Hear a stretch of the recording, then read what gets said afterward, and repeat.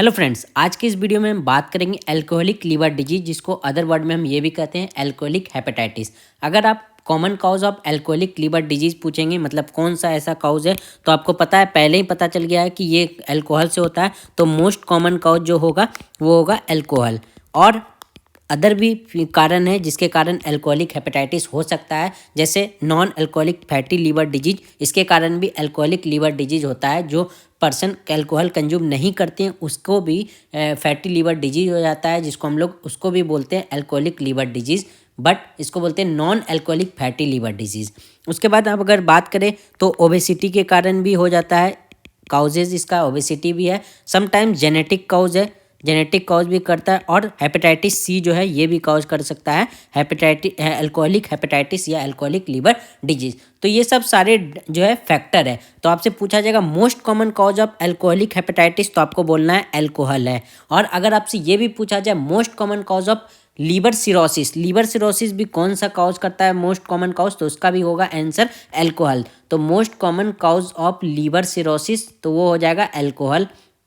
Liver cirrhosis या alcoholic hepatitis आप बोल सकते हैं, सिरोसिस, तो इसका भी आंसर होगा आपको क्या, alcohol. Alcohol is the most common cause of the liver cirrhosis. तो ये पे आपको याद रखना है कॉजेज, कौन कौन सा फैक्टर है जो कॉज करता है अल्कोहलिक हेपेटाइटिस और अल्कोहलिक लिवर डिजीज। इसके पहले मैं आपको ये बता देता हूँ कि लोग पूछते हैं कि कितने अल्कोहल पीने से जो है अल्कोहलिक लिवर डिजीज या अल्कोहलिक हेपेटाइटिस हो जाएगा। अगर मेल जो होते हैं, अगर वो कंज्यूम करेंगे 40 से लेके 80 ग्राम, not milligram, gram alcohol per day अगर ये करेंगे तो इसको फैटी लिवर डिजीज होगा। कब? ये 10 साल से 15 साल जब अल्कोहल पिएंगे तब हो जाएगा फैटी लिवर डिजीज।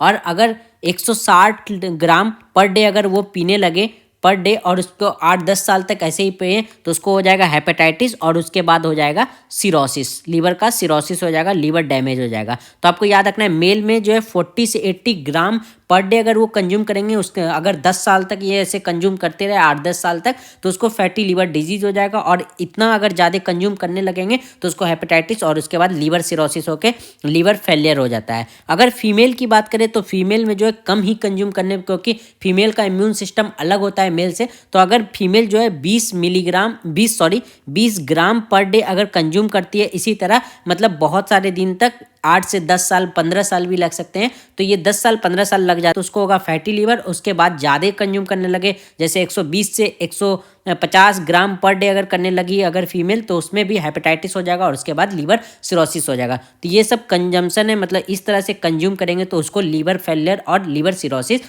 हो सकता है। पैथोलॉजिकल फाइंडिंग में क्या देखने को मिलता है, एक तो आपको दिखेगा मैक्रोवास्कुलर फैट डिपोजिशन हो जाएगा, फैटी लीवर टाइप का देखने लगेगा, क्योंकि अल्कोहल से जो है फैटी लीवर हो जाता है। तो यहाँ पे यहाँ पे आप लिख सकते हैं मैक्रोवेसिकुलर फैट डिपोजिशन हो जाता है, मैक्रोवेसिकुलर फैट डिपोजिशन हो जाता है। उसके बाद आपको क्या दिखेगा, न्यूट्रोफिलिक इन्फिल्ट्रेट बनता हुआ दिखेगा, न्यूट्रोफिल्स ज़्यादा हो जाते हैं तो न्यूट्रोफिलिक इन्फिल्ट्रेट दिखेगा। पैथोलॉजिकल अगर फाइंडिंग करेंगे, स्लाइड देखेंगे तो इन्फिल्ट्रेट देखने को मिलता है। और एक बेस्ट कैरेक्टरिस्टिक है ये, और डिजीज में पाया जाता है लेकिन अल्कोहलिक हेपेटाइटिस में भी देखने को मिलता है, जिसको हम लोग कहते हैं मैलेरी बॉडी। आपने पढ़ा होगा मैलेरी हैलाइन बॉडी, या जिसको हम लोग डेंक बॉडी भी कहते हैं।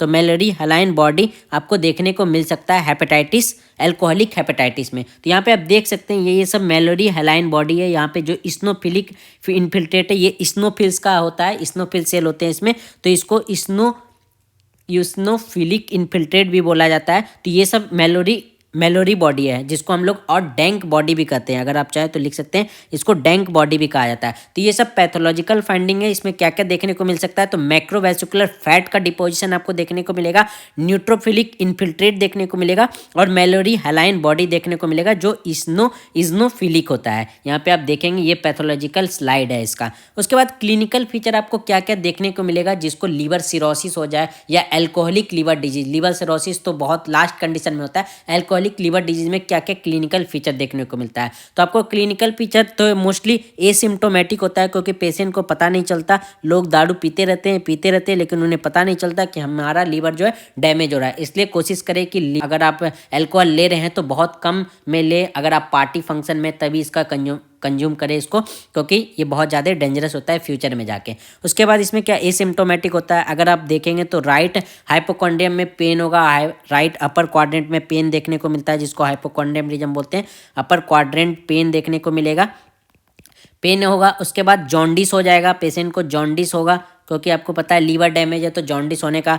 हेपेटोमेगली, लीवर का साइज जो है बड़ा हो जाएगा, लीवर डिजीज है तो हेपेटोमेगली देखने को मिलेगा। और एक बड़ा है, जब बहुत ज़्यादा हो जाता है एल्कोहलिक हेपेटाइटिस, मतलब ज़्यादा लीवर फेलियर हो जाता है, तो पोर्टल हाइपरटेंशन जो सिरोसिस का मेन कारण है, तो पोर्टल हाइपरटेंशन हो जाएगा। इसके कारण आपको देखने को मिलेगा पेशेंट में स्प्लेनोमेगेली और उसके बाद एसाइड्स देखने को मिलेगा, मतलब फ्लूइड जमा हो जाता है पेरिटोनियल कैविटी में, तो एसाइड्स देखने को मिलता है, एंसेफलोपैथी देखने को मिलता है और कैपुट मेडुसा भी देखने को मिलता है। लाइक वेन लाइक अपीयरेंस हो जाता है कहाँ पे, स्टमक रीजन में, तो वेन जो है सुपरफिशियल देखने लगता है, तो जिसको बोलते हैं कैपुट मेडुसा। ये सब मोस्टली जो है सिरोसिस कंडीशन में ये देखने को मिलता है। ये सब तो नॉर्मल में भी देखने को मिल जाता है, अगर 5-6 साल भी कोई इतना अल्कोहल को कोई भी कंज्यूम कर रहा है तो उसको जॉन्डिस, अपर क्वाड्रेंट पेन होने लगेगा, हेपेटोमेगेली में होने लगेगा। ये सब आपको क्लिनिकल फीचर देखने को मिल सकता है, यहाँ पे भी ये सारा लिखा हुआ है, तो ये क्लिनिकल फीचर देखने को मिल सकता है। तो आप किस तरह से डायग्नोसिस करेंगे इस तरह के पेशेंट का। डायग्नोसिस ऑफ एल्कोहलिक हेपेटाइटिस मतलब एल्कोहलिक लिवर डिजीज, इसमें डायग्नोसिस बहुत इंपॉर्टेंट है। जैसे ही मैंने आपको बताया था कि hepatitis A, B, C, D और ई रहेगा, ये सारे हेपेटाइटिस में आपको क्या बोला था मैंने, ALT का अमाउंट जो है हमेशा बढ़ता हुआ नजर आता है, मतलब ALT अपॉन AST जो होता है वो ग्रेटर देन 2 होता है, ग्रेटर देन 2 होता है। लेकिन ये अल्कोहलिक हेपेटाइटिस है, अल्कोहलिक हेपेटाइटिस में उल्टा होता है, इसमें होता है SGOT ज़्यादा होता है SGPT से। तो ये देखिए आपको उल्टा दिख रहा है, ये हो गया अल्कोहलिक हेपेटाइटिस और ये हो गया hepatitis A B C D viral hepatitis. इसमें ALT का अमाउंट आपको डायरेक्ट ये याद रखना है कि जो हेपेटाइटिस होता है वायरल हेपेटाइटिस, उसमें ALT ज़्यादा देखने को मिलता है, ALT का अमाउंट ज़्यादा बढ़ता हुआ दिखता है। लेकिन जो एल्कोहलिक हेपेटाइटिस होता है उसमें AST ज़्यादा बढ़ते हुए दिखता है। तो ये आपको याद रखना है, दोनों में कंपेयर है। अगर AST आपको ज़्यादा दिख रहा है तो ये एल्कोहलिक हेपेटाइटिस का पेशेंट हो सकता है, और अगर ALT ज़्यादा दिख रहा है तो आपको वायरल हेपेटाइटिस का पेशेंट हो सकता है। अगर इसमें सैप का वैल्यू देखें, सीरम अल्कलाइन फॉस्फेट का वैल्यू, तो ये भी आपको बढ़ते हुए दिखेगा हेपेटाइटिस में, एल्कोहलिक हेपेटाइटिस में। अल्ट्रासाउंड में अगर देखेंगे तो इसमें हेपेटोमेगेली दिखेगा, लीवर का साइज जो है, लीवर का साइज जो आपको बड़ा दिखेगा, तो यहाँ पे लीवर का साइज बड़ा हो जाएगा, दिखेगा।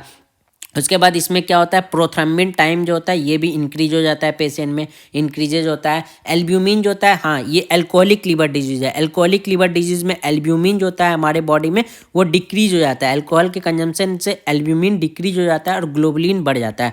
तो ये भी आपको याद रखना है कि अगर एल्ब्यूमिन डिक्रीज हो रहा है और ग्लोबुलिन बढ़ रहा है तो ये भी इंडिकेटर है कि मतलब लिवर डिजीज में अगर अल्कोहल को कंज्यूम कर रहा है तो ये अल्कोहलिक लिवर डिजीज की तरफ जा सकता है डायग्नोसिस। अगर KFT करे मतलब किडनी फंक्शन टेस्ट करे तो उसमें क्या दिखने को मिलेगा, सीरम क्रिएटिनिन जो है लेटर स्टेज में जब बहुत ज़्यादा हो जाता है तो ये बढ़ जाता है। नॉर्मल, ऐसे तो नॉर्मल रहता है, जब सिरोसिस होने लगता है तो ये आपको बढ़ते हुए दिखेगा। तो मेन आपको याद रखना है कि AST ज़्यादा बढ़ता है as compare to ALT। SAP का वैल्यू भी इंक्रीज हो जाता है। अल्ट्रासाउंड में आपको हेपेटोमेगेली दिखेगा, प्रोथ्रम्बिन टाइम भी इंक्रीज होता है। Albumin as compare to globulin जो होता है, एल्ब्यूमिन डिक्रीज होता है और ग्लोबुलिन बढ़ता है अल्कोहलिक हेपेटाइटिस में। और सीरम क्रिएटिनिन पहले नॉर्मल रहता है, उसका जब सिरोसिस कंडीशन में जाता है तो बढ़ते हुए देखते हैं। तो ये डायग्नोसिस है इसका। और एक और बेस्ट डायग्नोसिस है, हम लोग मेल्ड स्कोर, मैंने एक शॉर्ट वीडियो बनाया था कि कौन सा स्कोर यूज करते हैं लीवर ट्रांसप्लांटेशन के लिए, तो मैंने बताया था उसमें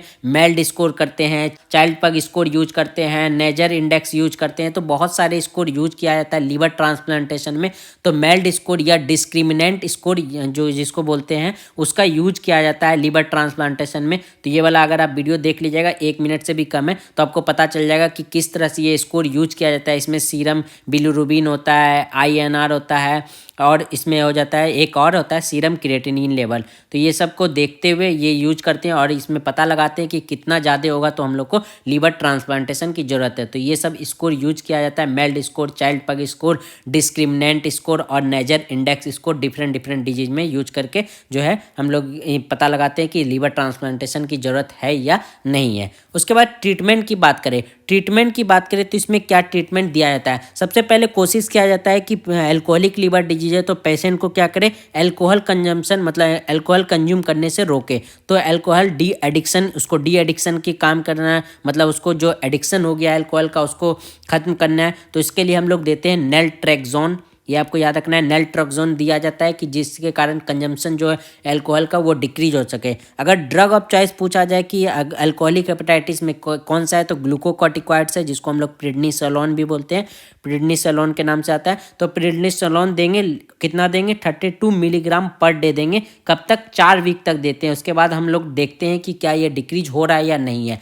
तो ये फॉर एल्कोहलिक हेपेटाइटिस के बारे में पूछा जाए ड्रग ऑफ चॉइस कौन सा होता है, तो इसका ड्रग ऑफ चॉइस जो होता है प्रिडनिसोलोन होता है। और ये वाला भी आपको याद रखना है, AST जो होता है वो ज़्यादा होता है as compare to ALT, increase ज़्यादा होता है एल्कोहलिक लिवर डिजीज में, और एल्ब्यूमिन डिक्रीज हो जाता है, ग्लोबुलिन इंक्रीज हो जाता है। तो ये सब बहुत ही इंपॉर्टेंट है यूज करने में। मेल्ड स्कोर यूज करते हैं लीवर ट्रांसप्लांटेशन के लिए कि किस तरह से अभी लीवर ट्रांसप्लांट की ज़रूरत है या नहीं है।